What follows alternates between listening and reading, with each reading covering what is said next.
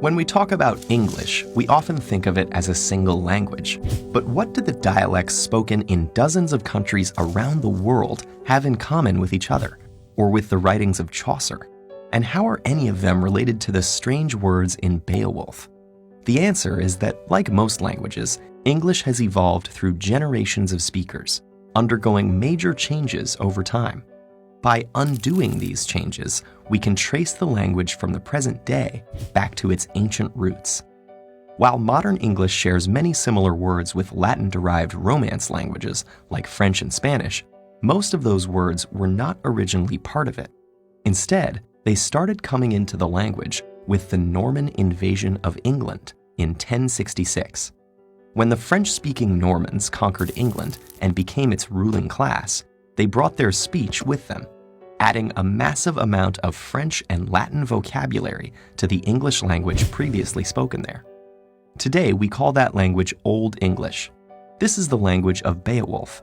It probably doesn't look very familiar, but it might be more recognizable if you know some German.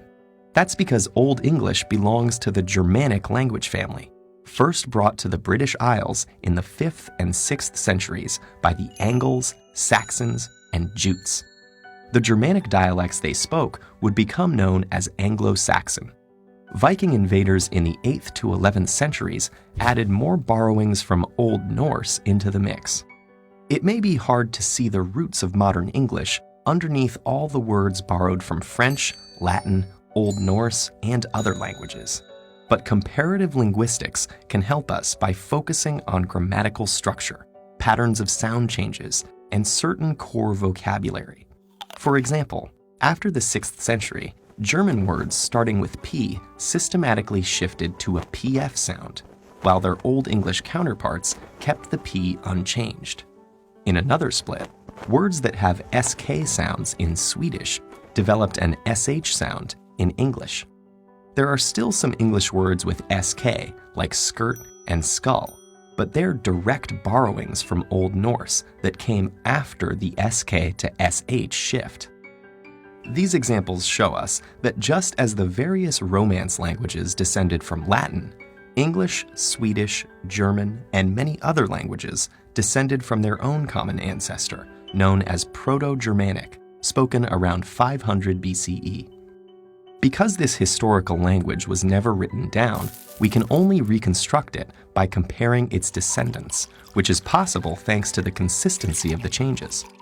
We can even use the same process to go back one step further and trace the origins of Proto-Germanic to a language called Proto-Indo-European, spoken about 6,000 years ago on the Pontic Steppe in modern-day Ukraine and Russia. This is the reconstructed ancestor of the Indo-European family that includes nearly all languages historically spoken in Europe, as well as large parts of southern and western Asia.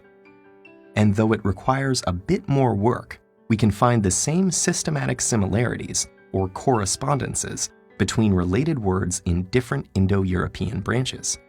Comparing English with Latin, we see that English has T where Latin has D, and F where Latin has P at the start of words. Some of English's more distant relatives include Hindi, Persian, and the Celtic languages it displaced in what is now Britain. Proto-Indo-European itself descended from an even more ancient language, but unfortunately, this is as far back as historical and archaeological evidence will allow us to go. Many mysteries remain just out of reach, such as whether there might be a link between Indo-European and other major language families, and the nature of the languages spoken in Europe prior to its arrival.